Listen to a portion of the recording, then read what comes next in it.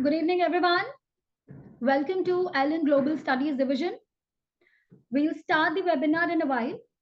We'll wait for 2 to 3 minutes for other participants to join.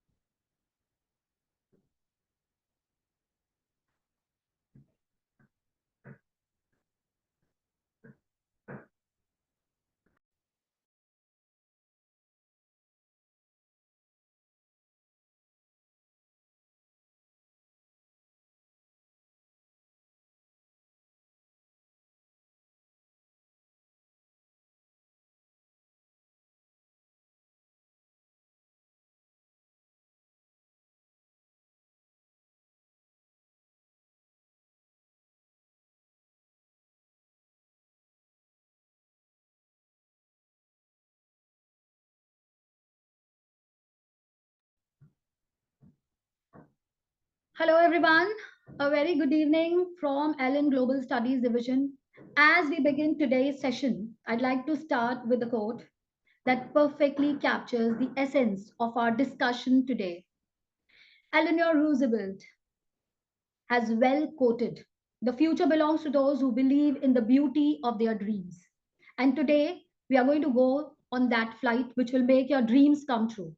I am Dr. Kawaljeet Kaur, your host for this evening, and we are going to go ahead with this exciting and insightful live webinar on cracking the code to Ivy League admissions. This is not just another webinar. Today, we are going to dive deep into what it really takes to get into the most prestigious universities in the world, like Harvard, Princeton, Yale, and many more. Whether you're a student, parent, or an academic counselor, this session is packed with value for you. We are going to unlock the secrets behind what it takes to stand out in the most competitive university applications in the world. The session is designed to have you real, actionable insight and give wings to your dreams. So before we start,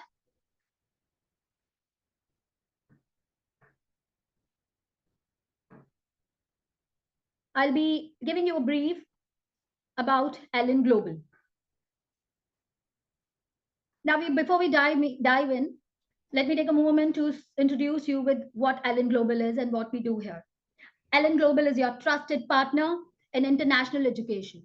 Over the years, Allen Global has been the guiding force behind hundreds of students achieving their dream of studying abroad at the world's most elite universities, from MIT to Oxford, from Stanford to Cambridge. Allen Global's track record speaks for itself, with students gaining admission to world renowned institutions like Oxford, Cornell, MIT, and several other top universities across the globe.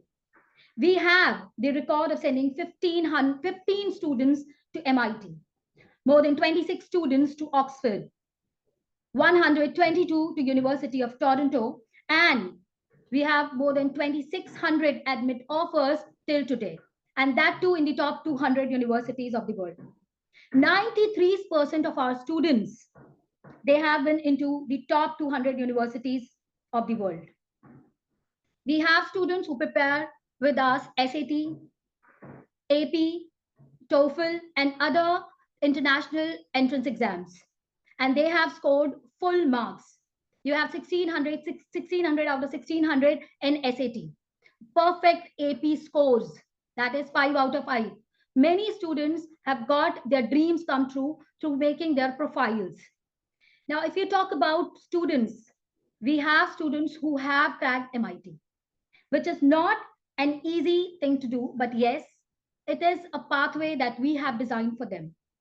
So Allen Global has helped students from grades 9 through 12 to chart their path to these top universities, not just by preparing them for these exams, but also helping them with an intensive profile building sessions, giving them application assistance, they're helping them with correct university selections, and then paving their path towards these top universities. We have results which speaks for themselves. We help students greatly, support them in their entire journey when they go for profile building, portfolio development, writing LORs, SOPs, essays, writing in the writing guidance of all these documents, visa assistance, interview preparation, and complete end-to-end support. Strategies that come together and narratives that speaks to these admission officers. We have all of them with us. So we are proud of growing our presence in centers in cities like Kota, Mumbai, Bangalore, Pune, Mohali, Surat, Ahmedabad, Indore, Bhubaneswar, and Jaipur. Our test scores just open the doors and they open the right ones. So if I talk about the results, we have wonderful results when it comes to the universities like Oxford. As you can see that we have 4 students who have got offer letters this year in Oxford. We also believe that education goes beyond the academics. So we have certain programs about which I'm going to talk at the end of the webinar. As you can see our results, we are preparing students not only for SAT, SAT, but UCAT, AP. Then we have TOEFL, IELTS. We are also preparing students for digital SAT. Sitting at the comfort zone of your home, you learn and you get scores because digital SAT requires that expertise in not only content but also when it comes to how to take the test. So from the beginning to end, our expert faculties help you pave your way. And you can see our great results where students have scored 1600 out of 1600. We have joined our hands with ETS India, wherein we are preparing students for the TOEFL exam. And we have students with wonderful results in that. So as you can see here, that we help students throughout from career counseling to selecting the best fit university, standardized test preparation, profile building by enhancing not only their academics but extracurriculars achievements. We help them with internship assistance, document preparation from scratch to end, application assistance, scholarship application, and that's one thing which hits. We help them to reduce their financial burden, and actually that helps them improve their acceptance rates. Now, we also help students with visa assistance. From the beginning to end, we follow the entire application process and help them. We help them gain these scholarships. As you can see on the screen, we help them with the scholarships which help them get 100% scholarship. We have students getting, sorry, getting scholarships in most of the top universities of the world, whether it is US, UK, Canada, Singapore, or any university that exists in the world and has a great US ranking. We have students with 100% scholarship. As you can see, Rishabh Ayush, one of our star students, he got into Cornell University with 100% scholarship, which is there on the screen. We have courses from grades 9th to grade 12th, where we take not only psychometric tests for grade 9 students, where they understand their inclination, portfolio development, research paper writing from grade 9th to grade 12th. In grade 10th, again, we help the students with LSRW, not only English language, but French and other language assistance we give them. We give them lectures for languages. And this is how you pave your way to the top universities of the world. In today's session, we are going to cover mostly about Ivy Leagues. Here, you can see that we have 2 more add-on products that we have, in which Elevate 21, where we help students learn 21st century skill development and they can publish their research paper. We also have internship programs for students who want to have real experience in internship or working under the top company leaders of Harvard, Stanford, Wharton, Google, Microsoft, and Goldman Sachs. Many more. So we have a lot to cover today. So I won't take much of your time. So without further ado, let me hand over the webinar to Angad sir, who is today's guest speaker, who is our expert for the day. He will take you through the agenda of our webinar. And now, before that, I would just like to give his introduction. Angad sir has guided hundreds of students through world's most competitive application processes. Today, he'll share what really sets an application apart and how you can become the applicant. He brings a wealth of knowledge and experience from the Ivy League world. Angad sir is an Ivy League admission consultant with a proven track record of helping over 3,000 students gain admission to top universities, including Harvard, Yale, Princeton, Oxford, Cambridge, Columbia, UC Berkeley, UCL, and the list will go on. He has worked with students from 50 plus countries and has achieved 95% success rate. And if you ask this question, what is the success rate? He is going to talk about that too for Ivy League and top tier university admissions. Not only that, Angad sir has been associated with prestigious research institutions such as Yale University, Einstein Medical School, and Carnegie Mellon University, where he has contributed to advanced research in AI, bioinformatics, and medical imaging. His expertise in academic admissions and research provides students with a comprehensive strategy for gaining admission to elite institutions worldwide. Now, that was incredibly insightful, I would say. So, I welcome Angad sir, the webinar. I hand over the webinar to you. Thanks a lot, ma'am, for a very insightful and great introduction. Hi, guys. I hope so, Josh, are very high, and hope so everyone is doing well. So more or less today's webinar gonna be more oriented towards like a hacks of Ivy League, I could say, or someone who is targeting top tier or top 10 universities. I'll speak more about what are the different strategies or what could be the different ways that you could target.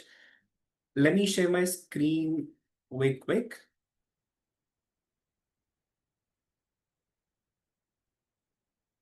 All right. So before I'll start, normally I just speak a little bit about what going to be the roadmap of today's webinar, or specifically what topics will be normally covering in. First and the foremost thing, which I generally feel most of the students actually have a issue, specifically whenever they're filling the applications, which course is most demanding, which course should we apply in the Ivy League. So definitely we get an admit for that. So more or less, my first insight is going to be on what courses and what college selection you should target before you apply to a common apps.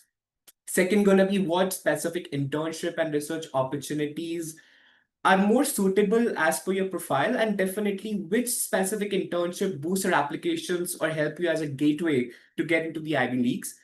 Thirdly, I'll speak a little bit more about what publication or specifically whatever projects that you're working in, specifically the capstones, or let's say, your research projects, how you could publish that projects, and specifically what type of projects makes you a standout candidate in your overall profile.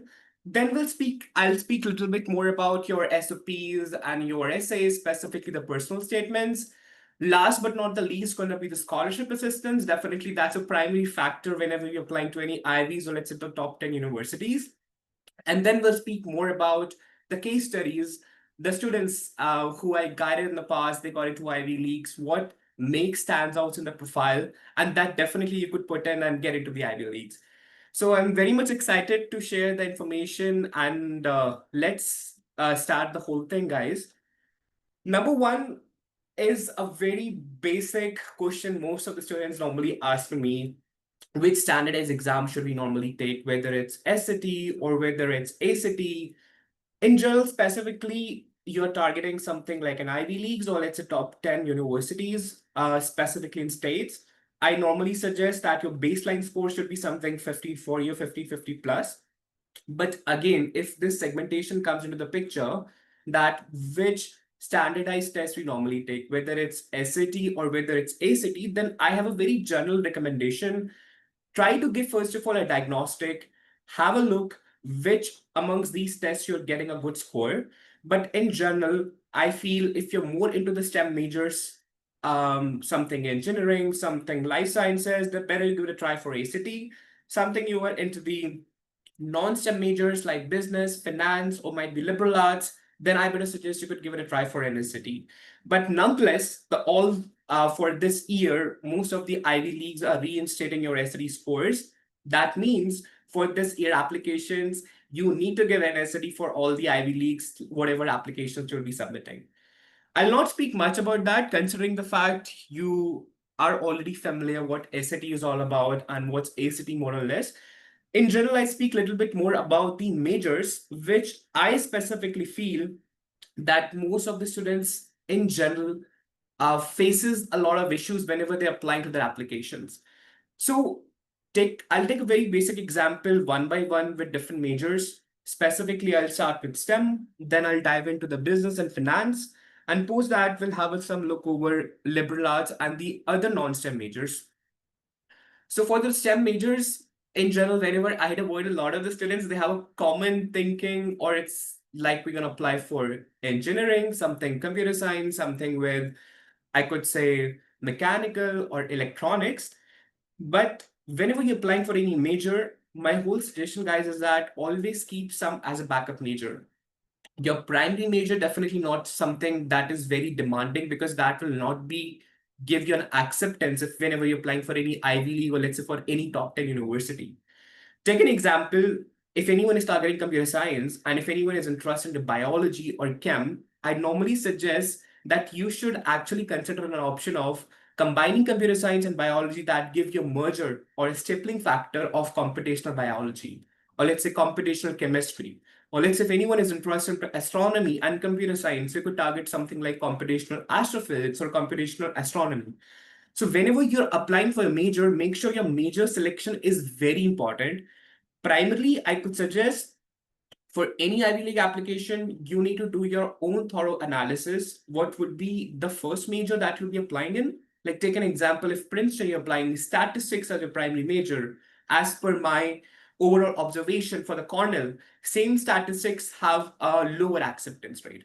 So in general, you need to compare the Ivy Leagues or the other universities, which will be your primary major and definitely which going to be your the backup major. That is very, very important, specifically for the STEM ones. If I talk a little bit about the pre-med section, then again, this is a very big dilemma in most of the students. What pre-meds majors should we take, so that if someone is targeting medicine specifically for the States, one of the ways is that you could go in the life sciences section, like something you could take like biology, something you could take chem or public health. But again, it's like my suggestion to most of the students who are applying for some top universities. If your transition happens that you don't want to become a doctor, something you don't want to pick that path of 8 or 9 years, if you take some courses like medical informatics or health informatics, which again is an option with a lot of the Ivy Leagues, or take an example, bioinformatics or biomedical, then again you have a path of becoming a doctor. And if you don't want to become, if you don't want to go to that path, then again you have an option that you could choose a path of becoming in any of the corporate field also. So that's more or less about the pre-meds. And let me just dive in more to the business and the finance section. Specifically, guys, if you're targeting something in the business and the finance thing, again, the majors are very centered. Whenever I had a word with a lot of the students, they say, I want to apply to economics, or either I want to apply something in accounting. My whole suggestion is that if you're specifically targeting something in the business and finance, you should be crystal clear that what is demand in the market. Take an example. Nowadays, the market demand is more in the quantitative finance, quantitative researchers, or risk analysts. Most of the universities will give you an option of econometrics or let's say business finance as a major, which again I feel have a more higher acceptance rate if you directly apply economics in Columbia, Princeton, Yale, or any other Ivy Leagues. So that is again a major factor in your major selection whenever you are specifically targeting business and the finance. So I'll not speak much about that because major selection, I'm hoping so that most of you are already you're already aware that which major you need to apply. But the crux of the discussion is that your major should be very selective. Means with whatever major you're targeting, that should be more and less aligned not with the your Ivy League goals, but that also aligns with the acceptance rate of that particular major. So that particular pointer should be very important whenever you're selecting your specific major.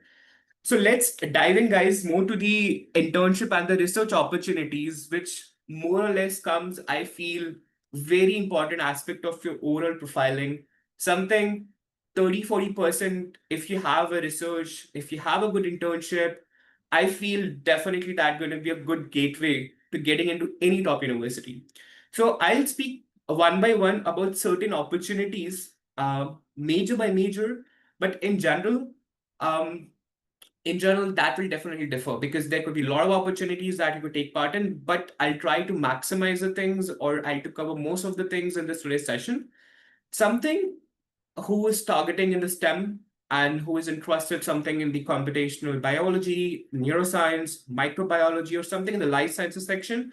Rockefeller guys are the top research institute in states, and they conduct a program every year called Rockefeller Summer Science Research Program. I suggest everyone who is targeting something very top institutions or something who have great motivation for their research, or something those who want to work in a wet lab or a dry lab capacity, then better try to target this SSRP program. This is specifically for the life sciences, but more or less, I could suggest those who are targeting the pre-medicine section or something that is more in the biomedicine side, then definitely that will be a great opportunity for you that you don't need to miss.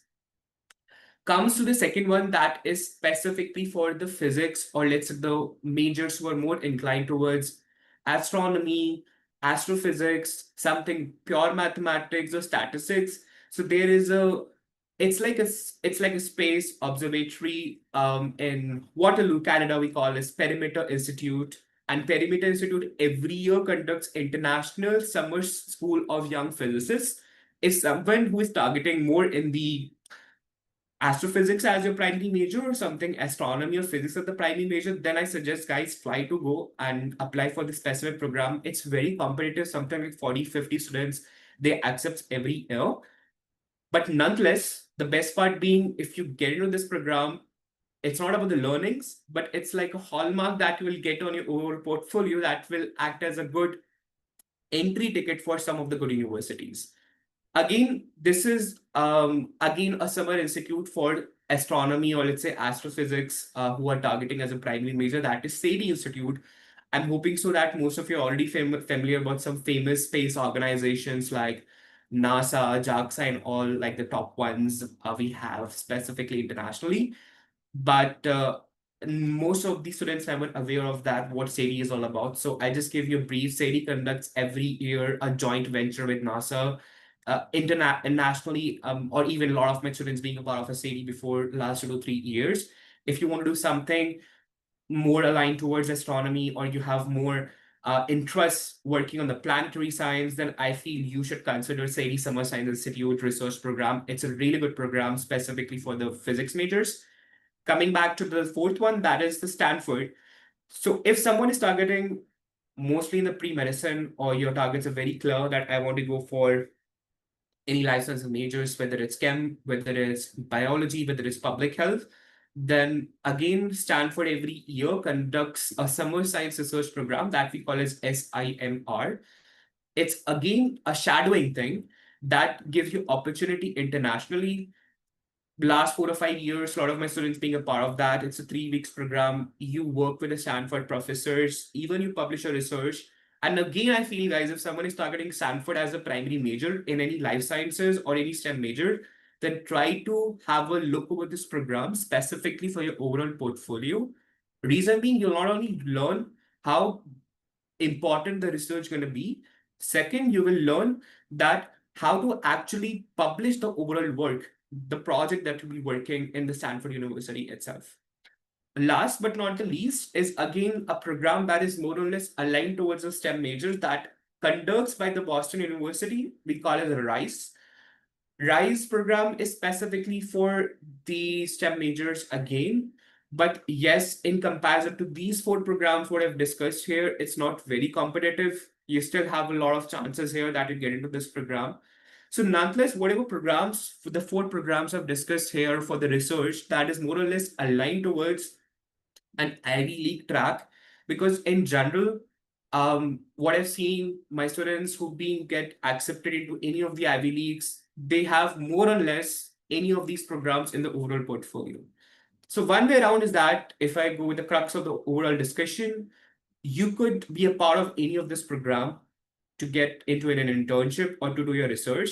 Or other way around is that you could either work with any professor on any research, on any project that you want to work it on, that also act as a good, I could say, pointer in your overall portfolio if you're something very dedicated student specifically for the IBs. Let's go on to some more programs that what I've discussed, I think. Yeah. So again, it's more specifically for the STEM majors. Again, there is one program, guys, that we call as ISEF. I could say if anyone is more targeted towards the STEM major, this is a very, very important program. And I suggest all my students try to apply to this program. This program is segregated into two categorization. For India level, we call it IRIS. And whenever, let's say 500 or 600 top applicants, whenever they selected, they go to states and participates in ISEF. So I just give you just what ISEF is all about. ISEF is like a product event where you create a product, you create a project that was selected in IRIS like in Indian level. Once that was selected at Indian level, then that project goes to the ISEF.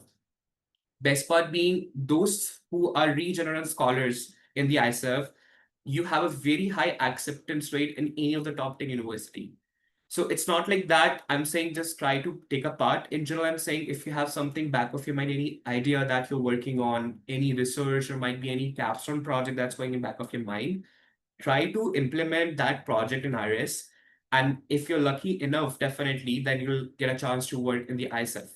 So something if you're thinking more or less in the STEM majors, in robotics, might be electronics, mechanical, or might be physics, statistics, something pure computer science, then definitely give it a try for the ISEF thing.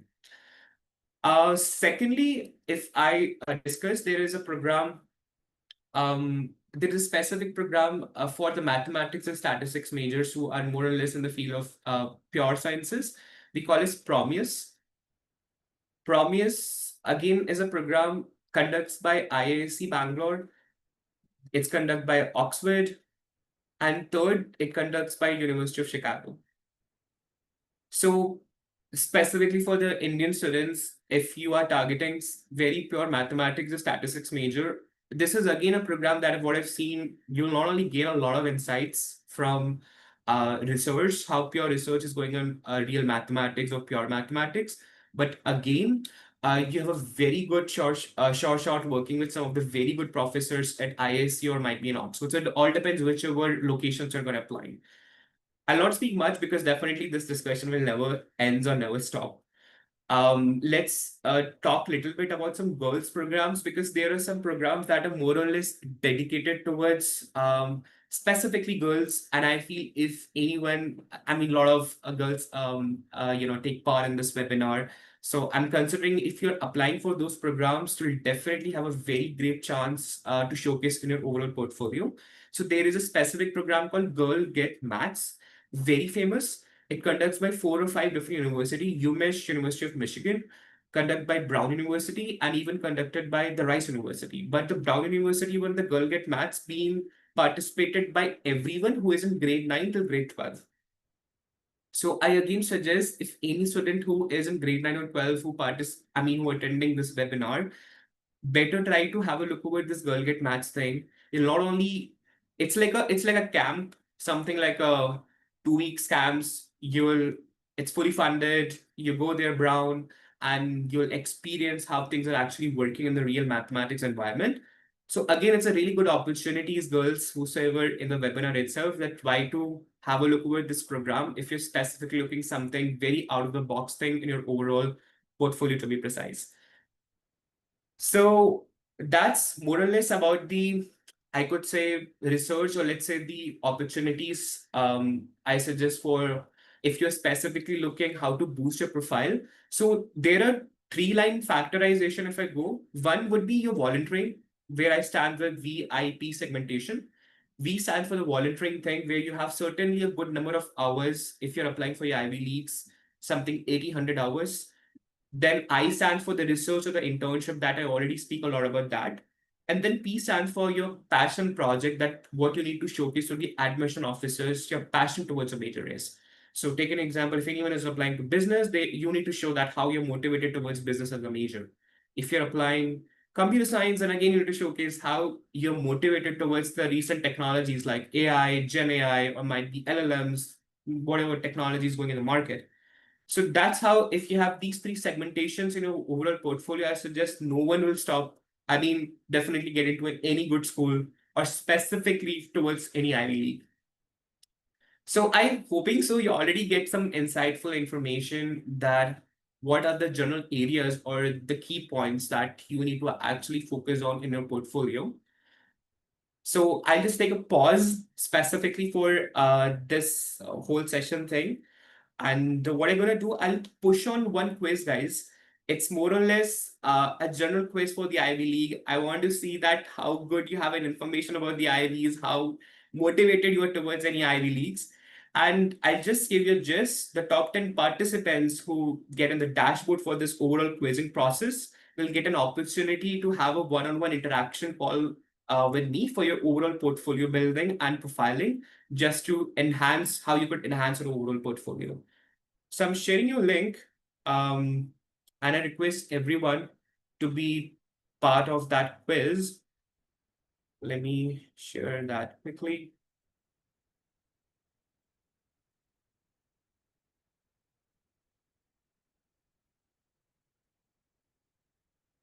All right, here we go.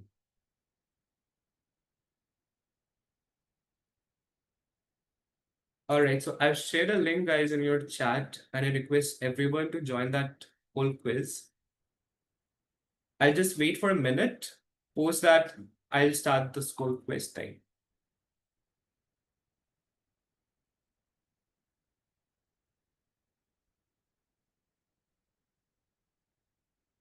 If anyone can't, all right, let me just try to.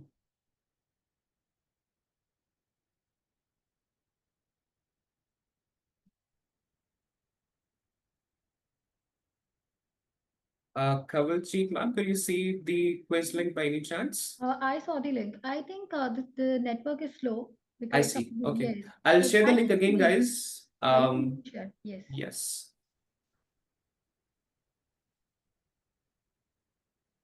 If anyone faces any issues, you could write in the chat box itself. I suggest Kawaljeet, ma'am, you also share the link from your end once. Sure, sir. I'll do that.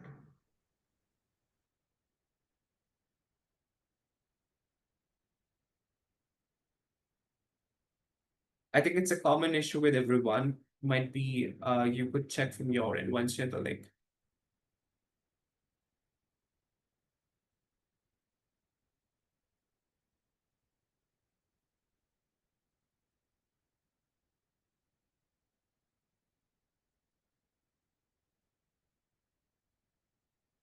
Yes, so I've reshared the link.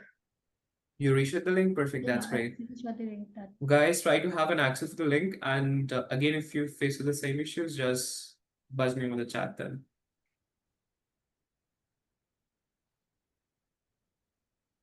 Perfect. That's great. All right. I want all participants actually in this quiz. 204 we have. So I want all 204. That's amazing.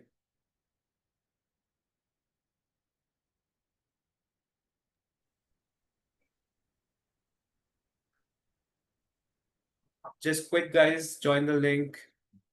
And soon I'll start the quiz in a minute then. Perfect. Hoping so. I think everyone have joined might be. So I'll start the quiz. Good luck.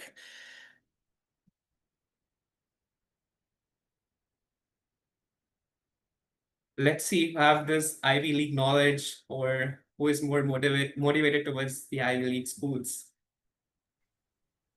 so they want you to wait for like 30 seconds. Others are Sure, already. sure, definitely. We could wait for the next question.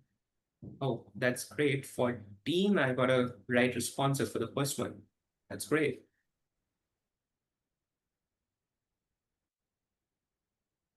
Right, let's move to the second one.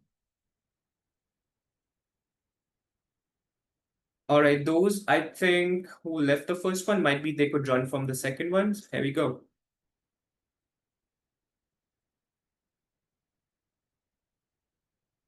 Think. Perfect. All right, the second question I could see, you could see on your screen. Which Ivy League university did the former President Barack Obama attended for law school?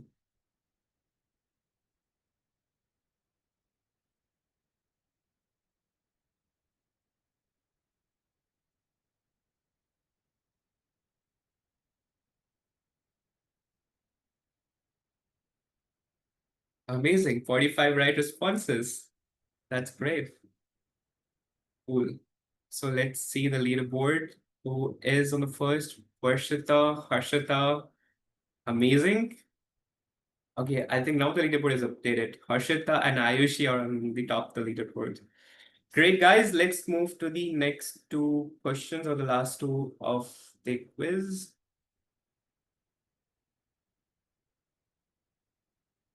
All right, I'm opening the third one now. Here we go. All right, so fictional university TV Gossip Girls and the social network from which Ivy League university? Let's see who knows this.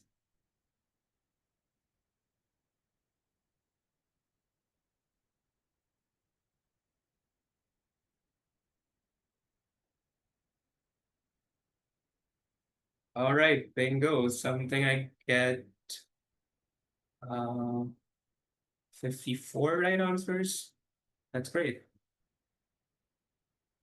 Let's see the next one. So I'm pushing the fourth question now.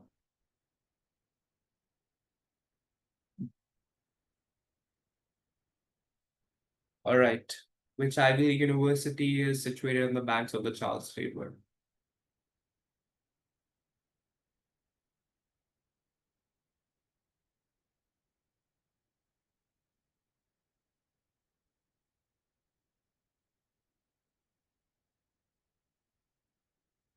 Amazing. I got, I think, 53 right responses. Great, guys. Good going. Last question, I think, for this quiz one.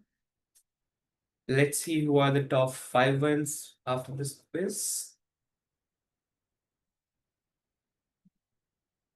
Here we go.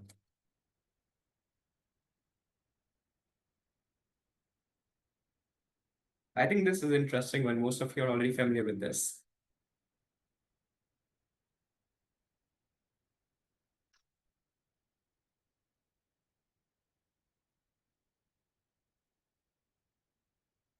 Cool, 34 right responses.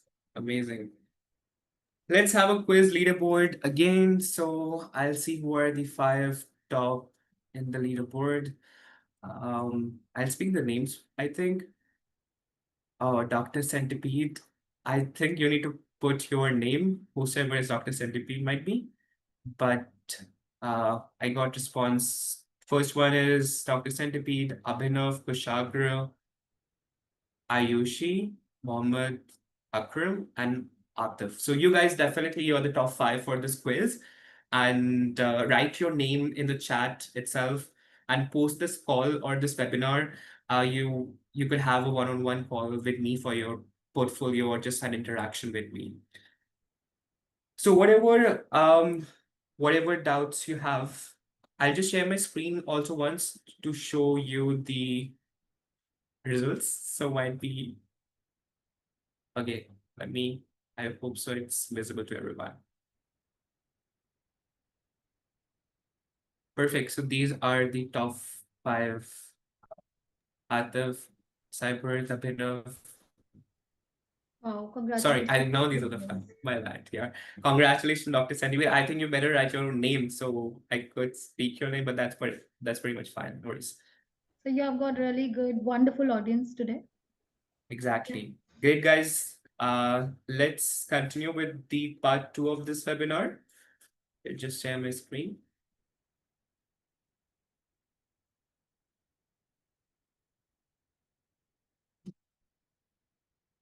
So now it's a transition specifically for those who are targeting, let's say, pre-medicine or a little bit confused that what exams you need to target in and definitely what could be a pathway towards getting into the medical school. But it's again a common dilemma with most of the students. We want to do we want to actually be a part of any good medical school, let's say Johns Hopkins, University of Alabama, Baylor's, UPenn, but you don't know actually what could be the path for that. Or normally, most of you are confused that should we choose US specifically as an option, or Ivy Leagues might be as an option for the pre-meds.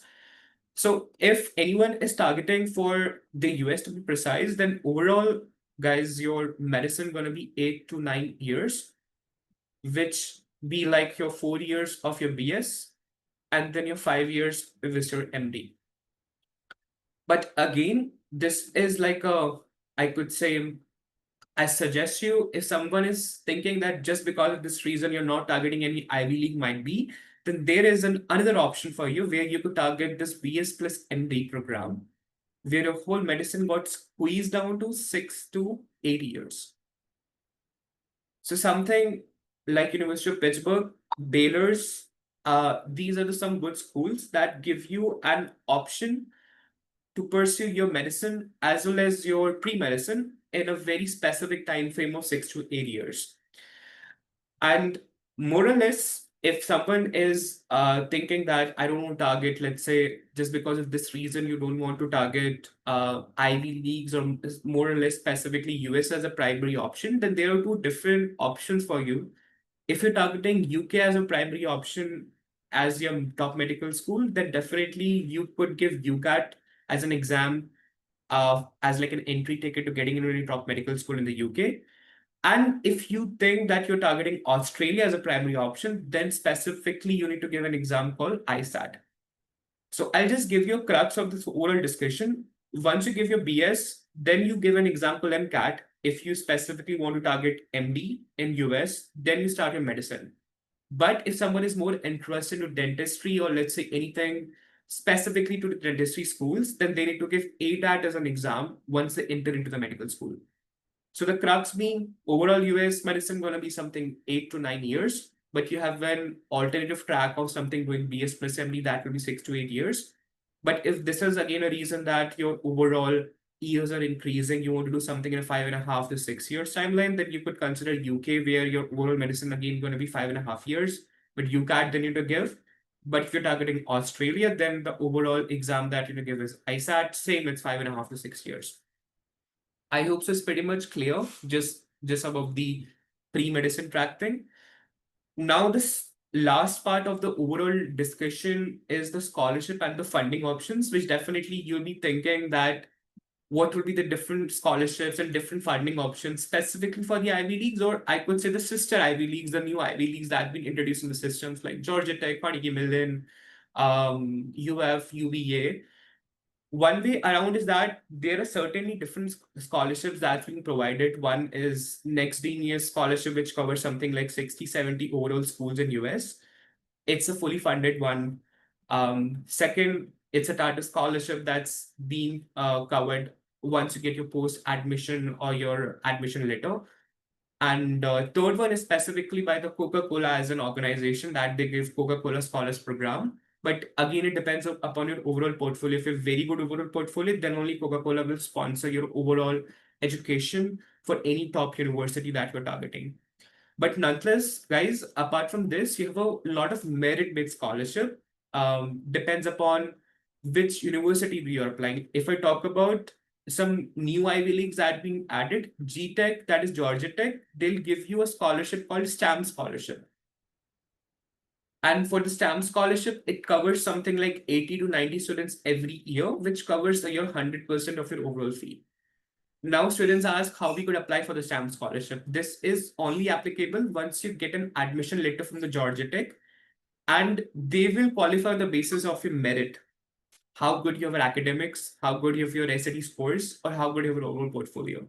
So again, scholarship is a very secondary factor in your overall portfolio. Never think that finance could be one of the factor whenever you're applying for the Ivy Leagues or specifically non-Ivy schools.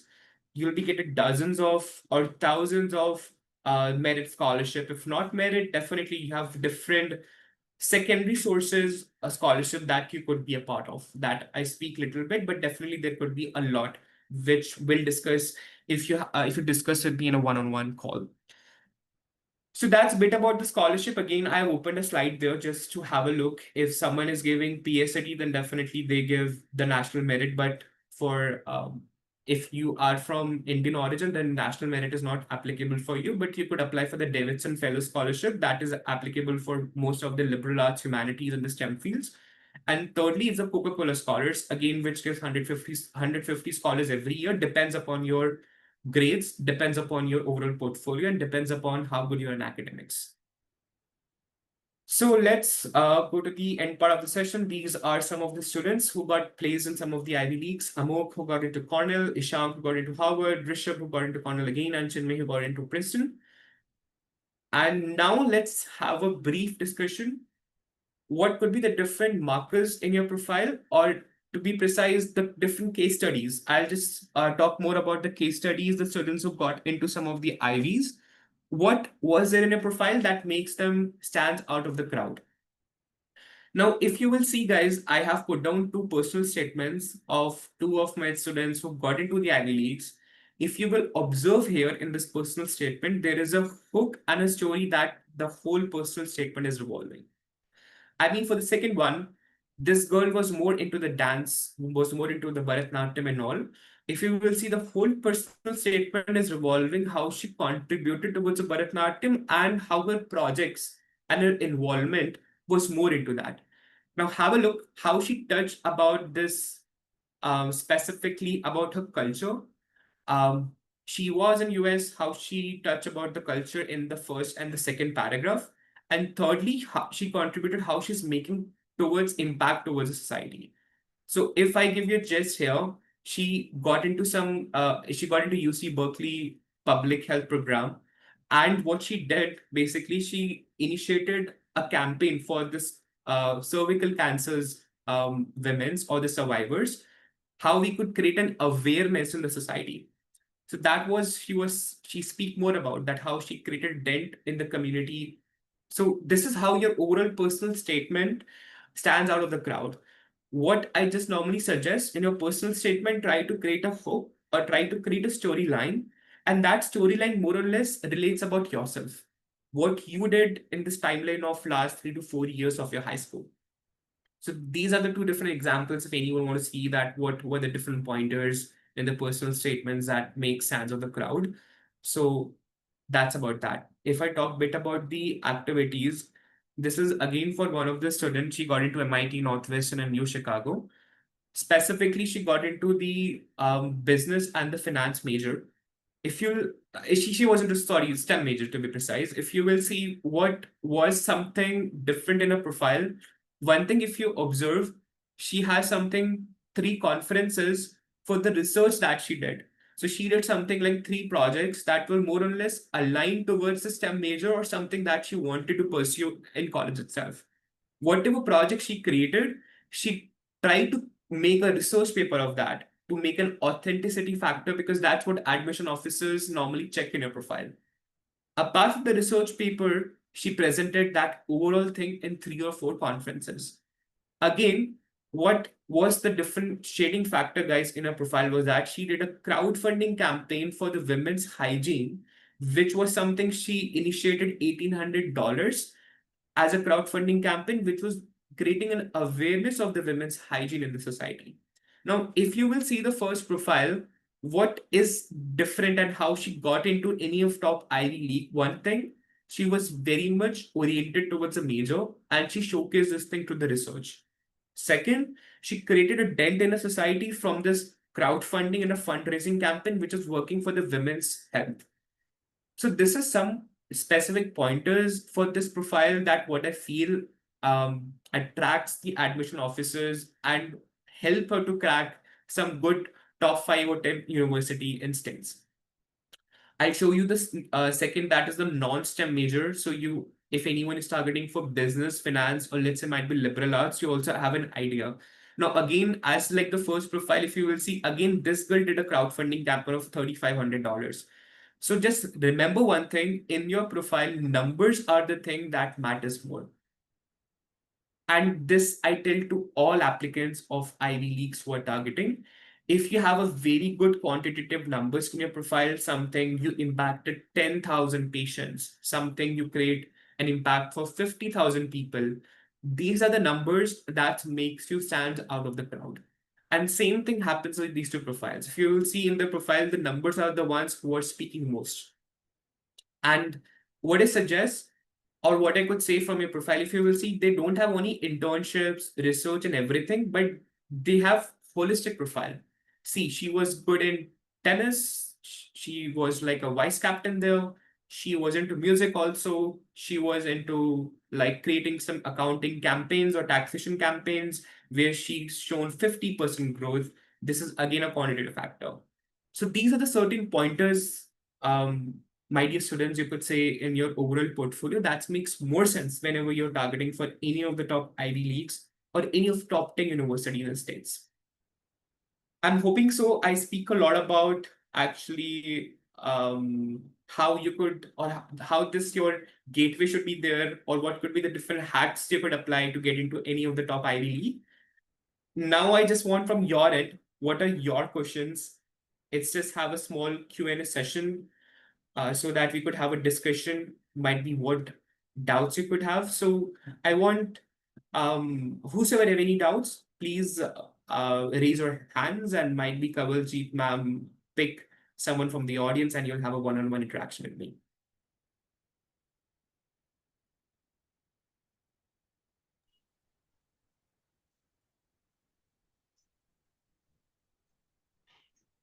No one has raised the hand. Okay.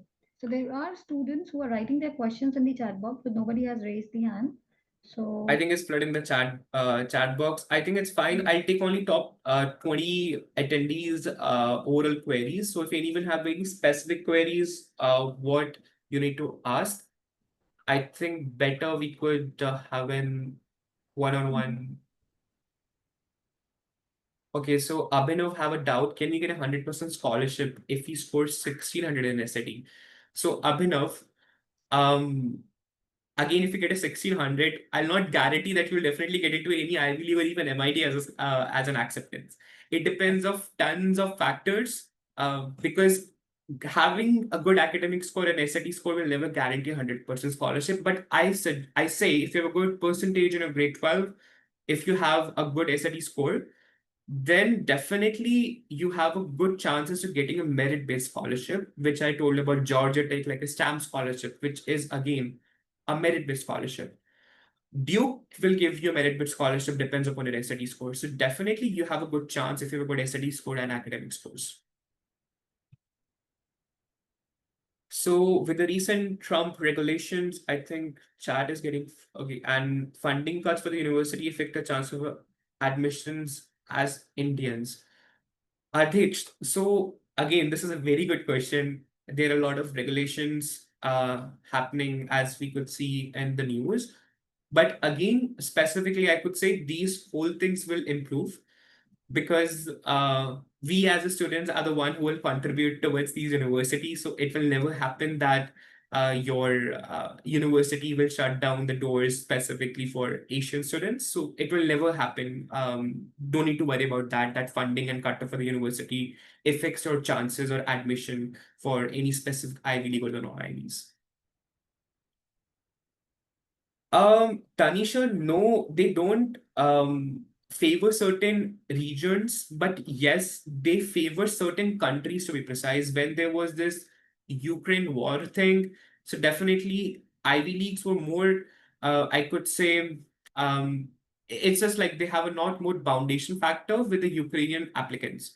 So it's not a region-wise thing, but it depends. So don't need to worry that if you're from India, or let's say if you're from any other country, that will affect your chances. If you have a very stellar or good profile, definitely you're good to go for any university. So there is one question which is repeated so many times, and I think there is a straight answer for that. How to actually make a profile and a good research paper? How to that is repeated many times. So if you Sure. Who is asking this question? Hemang. Hi, Hemang. So firstly, Hemang, getting a profile depends upon a lot of factors. I need to understand from you that what major you're targeting, but definitely as you're targeting specifically saying for a good research paper, number one thing is that try to have a topic where you need to do the research. If take an example, you're interested in chemistry, try to pick a topic that is more aligned towards chem, gather some data. Let's see what are the different research being done in that area.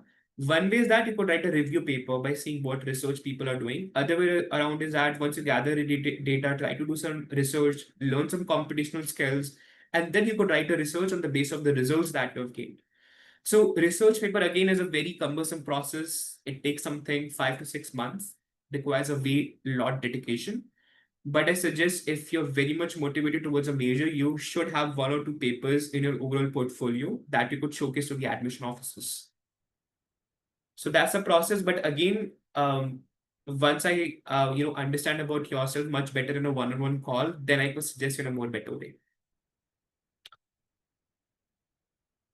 So there are a lot of questions on extracurriculars. Like if they don't have extracurriculars, then what? Is it important to have extracurricular achievements? Exactly. Extracurriculars, guys, are very much important. So whenever you're submitting your common apps, you have two things that you need to mention. One is your honors, and the second thing is that you need to mention your activities, 10 activities. So extracurriculars includes everything. If you have a good Olympiads, you have a good position, that act as an honors in your profile.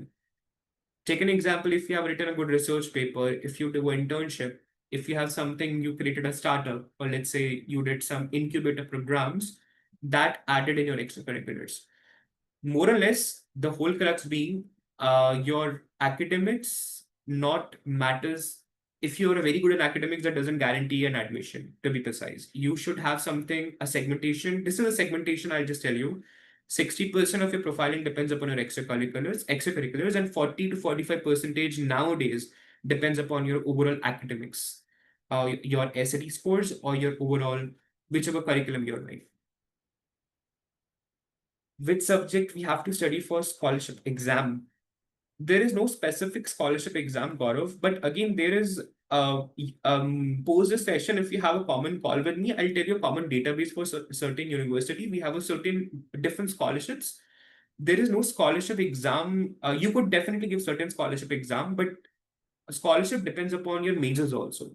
Like Carnegie Mellon, if I give you an example for the robotics and computer science, they have an in-house scholarship that they normally give to those students who being a part of a research from Carnegie Mellon.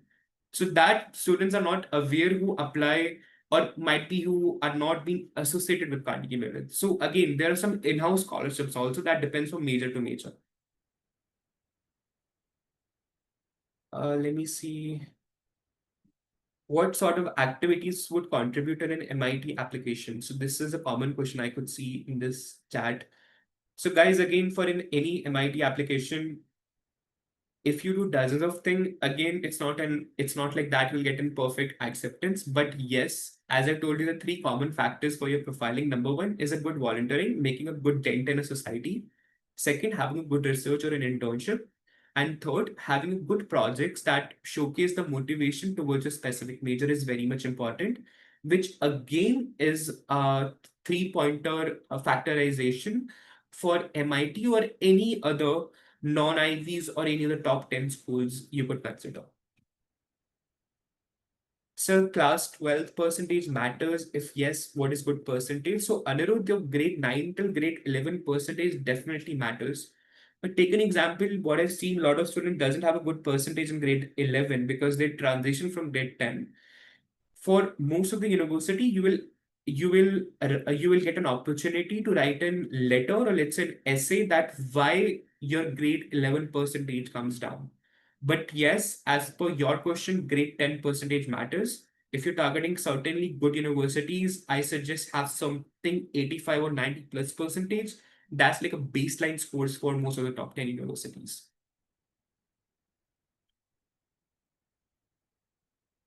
So So there's one. Shaurya, Sorry. So yeah, there is one more yeah. question which is repeatedly asked: NEET and IIT JEE scores, do they matter? Guys, because if whenever you're applying for applications, normally your early action starts somewhere around in November or October timeline, and then your regular will be something December and January. Problem being, you give your, I think, first attempt of JEE, if I'm not wrong, in January, second in April, somewhere around. So your scores are not released till then. So that's why I think you can't put down your scores. And the same is applicable for NEET also, because your application starts 9 or 10 months prior you'll be getting into the university. But yes, if you qualify, let's take an example. If you get into, let's say in the January attempt, if you get a good score or a good rank in JEE, I literally have seen some of my students that they showcase those scores post their scores got published. Like once you get a scores sometime in Feb, somewhere around, you could send the scores to the universities like as an additional extracurriculars. Uh,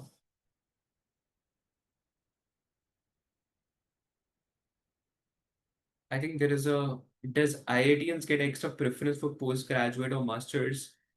No, Vishal, it's not like a case that you'll be getting a preference based on the university. But yes, if you have a good profile, so it's not a profile, guys. Moral is the thing is that the motivation towards the things. University always want to see that if you're coming to that school, what contribution you're giving to US and what contribution you give to the society if you're being a part of any top school. So preference depends upon your portfolio only at any point of time. When should I start applying for scholarship? Preeti, I think so.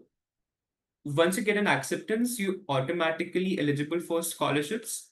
Don't need to worry that I need to start some scholarship application 2 to 3 months prior. Merit based depends upon your offer letters only. But yes, some scholarship you could start um, a month prior or something in November if you will start. That is a pretty good time that you could start your scholarship applications. Adhiksh, yes, research papers. I'll not say it's a compulsory thing, but it's a validation factor. That's what I could say. Research papers showcase the authenticity in your overall portfolio. I think there are a lot of, I'm getting a lot of same questions. Anything that you wanted to pick, any comment, ma'am, you could just let me know. They have a question regarding acceptance rate. Like, what's the acceptance rate in IVs when it comes to medicine programs? So guys, for the BS ones, acceptance is the normal acceptance rate. But if I talk about the BS plus MD, which I was talking something squeezes your 3 or 4 years, there the acceptance rate a little less. So if I say BS plus, like take an example, University of Pittsburgh average SAT scores, if you have a 4090 or 1500, you're good to go. But if I talk about BS plus MD thing, then if you have certainly 1570 or 1580 SAT scores, then that is a baseline that they have created. So for dual major, that is BS plus MD, definitely good SAT scores, good profiles, and less acceptance it is there. But for the normal BS program, it's a normal acceptance rate, whatever, let's say 4.5% for Cornell or any other university, whatever we have, that normal acceptance rate has been there.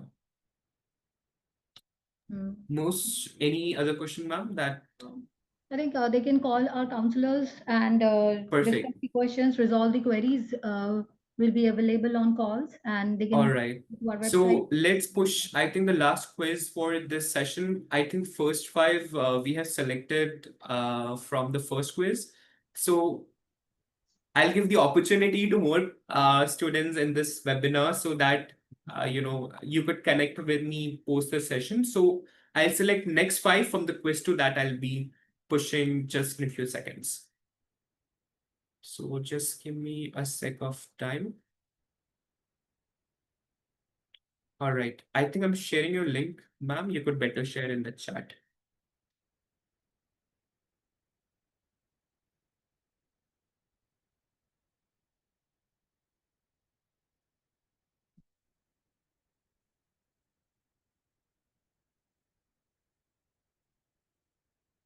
I want maximum participation in this quiz, so I want everyone to join.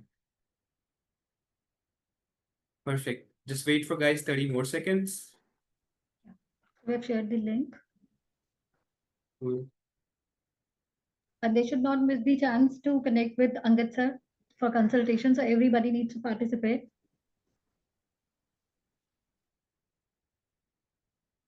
For okay, all right. So I'll wait for some more time.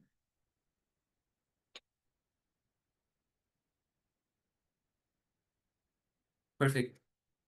Good luck, guys. Go ahead.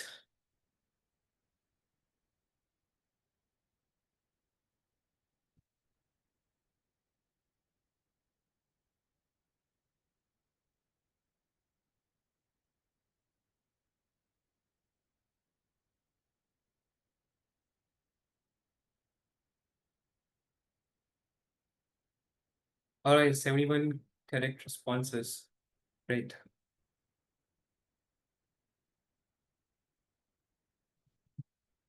I will start with this second question now.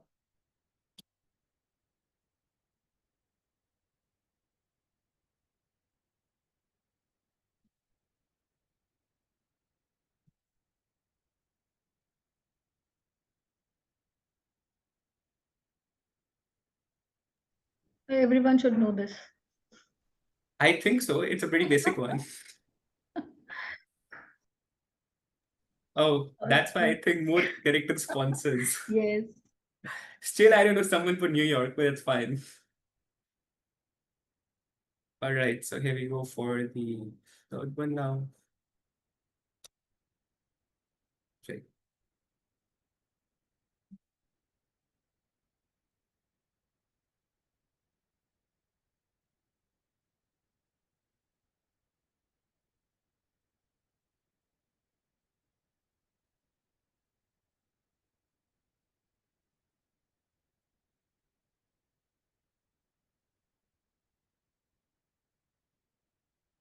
Oh, that's amazing. Wow. 58 correct responses. That's great. Wow. So they've There, done I a lot think of general research. knowledge is very good, ma'am, what I feel. They've done a lot of research on IVs, this shows. Exactly. Perfect. Last, second last one.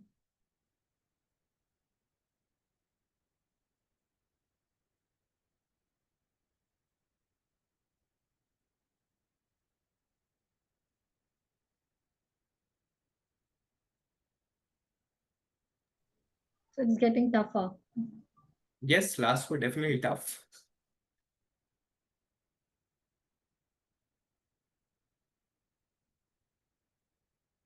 Oh, amazing. Still 70 correct responses. Okay.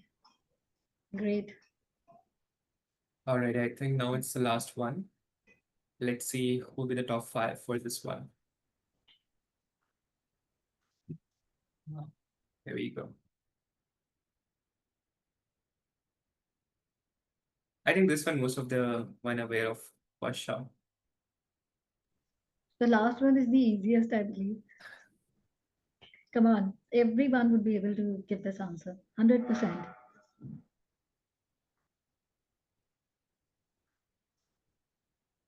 Oh, 41. Never mind, that's fine. Okay, they Let's answered the tough one and okay. But let's great. see who is on the leaderboard. Um, that's great. Abhijit. Oh, congrats, Abhijit. Amazing. Congratulations. 4,764. We have Cybert, Theria, Darshita, and you. So these five are there for the next quiz round. Cool. So whosoever 10 students who selected from quiz one and quiz two, you'll be having a one-on-one call, and I'll discuss with you your overall portfolio, which is what are the certain things that might be you want to ask personally, what major you're targeting, and just a general interaction with me. So it was a very nice connecting with you guys and hope for the best. That whatever universities you're targeting, definitely you get the dream school. And from here, I'll just give to the Kawaljeet ma'am. She will explain you from here the further process and whatever doubts might be you have in the session. She'll explain the overall process and everything. And I'm waiting for all these 10 participants to meet in the one-on-one call on Monday. Let's have a discussion. And it was a very great session, guys. I like all your comments. So you could take it forward from here, ma'am. Thank you so much, sir. The only word that I have for you is wow. So it was an amazing interactive session and everybody enjoyed. Now, thank you so much, Angad sir, for not only sharing your valuable insights into the Ivy League admission process, when you talked about test preparation, scholarship, you've talked about uh, how what the admission officers they are expecting from us. It was a very engaging session, especially the quiz part, which was there, which was very fun and informative, I would say. And we'll search more about Ivy Leagues now, and of course about the US. So thank you so much for the wonderful session and sharing your expertise. And I'm sure the attendees who will walk away from today's session will get inspired from you, and they are well informed about Ivy League's admission process. Now, thank you so much, sir. And now, before we end the session, I have a lot of things to tell you about. So, first is initially while I was talking about our products, that is the courses that we are offering to our students. Is my slide visible? Yes, it is visible, ma'am. Oh, thank you, sir. So, in the beginning, I was talking about our courses like Elevate 21 and Venture Sphere, which is especially for the students who are aspiring to write research paper, or are actually they want to get into projects. So now this product that we have, Elevate 21, it's a global skill set development program for 21st century learners, specially developed for them, because we actually believe that education, it is beyond academics. Here, what you learn is that through this initiative, we empower students to for future ready skills which are needed to become innovative, problem solving, and global citizens. So we the students here are going to learn a lot like critical thinking, intercultural communication. They will have that entrepreneurial mind, then leadership and collaboration. They will learn about digital literacy. They will have this practical knowledge and technical expertise, the skills that we prepare you to thrive not just into the classroom but also in the real world. When you go out, there are interactive workshops, and there are expert led sessions into this real world projects that you get, and you explore a lot of things in this contemporary global challenges, disruptive technologies, creative solutions, and you build a strong future ready academic profile. What do you actually benefit at the end of the program? That is the main part. Here you get the certificate of completion, and actually you get a 2 months virtual internship. You get an opportunity to publish a white paper, which most of your university professors they look after. And then you also get real world experience to boost your college application. Of course, mentorship from global experts who are helping students to dive into the Elevate 21 program. We also have Venture Sphere, which actually transform your passion into your experience. It is an internship program, global internship program, as I was discussing in the beginning, which is Allen's flagship program. Now, here you can actually transform your passion into experience. This program connects the students with top global startups that are there, and mentors from Y Combinator, Bessemer, Harvard Innovation Labs, Harvard, Stanford, Wharton, and of course, students get that hands on experience while being mentored by these professionals from Google, Microsoft, McKinsey, Goldman Sachs, and these all top companies. At the end of the program, again, you actually get the real world project expertise. You get the professional work exposure, and you get a letter of completion, which is very much valuable when you go for your application. Now, these are the topics that are there, or the fields where you can work, because these are the different sectors. Like, as you can see, tech and deep tech, finance, media, journalism, engineering. So not only STEM but non-STEM. So then machine learning and AI, consulting, mental health, fashion, health tech, environmental sciences, non-profit, and social impact. So you are going to work in any of like your field of interest, and we will help you get the internship under the company experts. Now, we'll be starting our second, like you can say, batch, summer cohort 2, 2025. And here you can see the application deadline, which is mentioned on the screen, which is 23rd June 2025, and it will start from 14th of July. So that is, you need to be fast and apply for this internship program. Now, as Angad Sagar has already told you, I'm going to repeat this once again. So all the webinar attendees who are today are eligible for an exclusive 5% scholarship on all the courses that Allen Global offers. So whether it is profile development or it is university and course selection, if you are going for test preparations, we are going to help you with everything. And this is what we can offer you for today. Now, of course, there is a special reward for all the quiz winners over there. Top 10 winners of today's Ivy League quiz will not only receive 5% scholarship, but yes, they are going to have a one-to-one consultation with our Ivy League expert, as he has already invited you to connect with him. And this is just a small reward to all those students who are participating actively in the quiz, and they are minded students and have this quick thinking. So I congratulate all the winners for getting this one-to-one consultation. Uh, Before we wind up, as we wrap up this session, I would say that your dreams are valid, and with the right kind of guidance, students, and the efforts, these are achievable. This could be today's session could be your first step towards your dream university. Take that next step, book your free consultation, explore your internship programs and global, of course, the global skill building program that we have, and let Ellen Global partner you on this journey. So let me finish this with, don't tell me the sky is the limit and where there are footprints on the moon. Now, you can come to us. Thank you for joining us at today's evening. You can connect with us through our counselors. You can go to our website, register yourself, and we look forward to helping you soar higher than ever before. Thank you so much, everyone, for being a part of this webinar.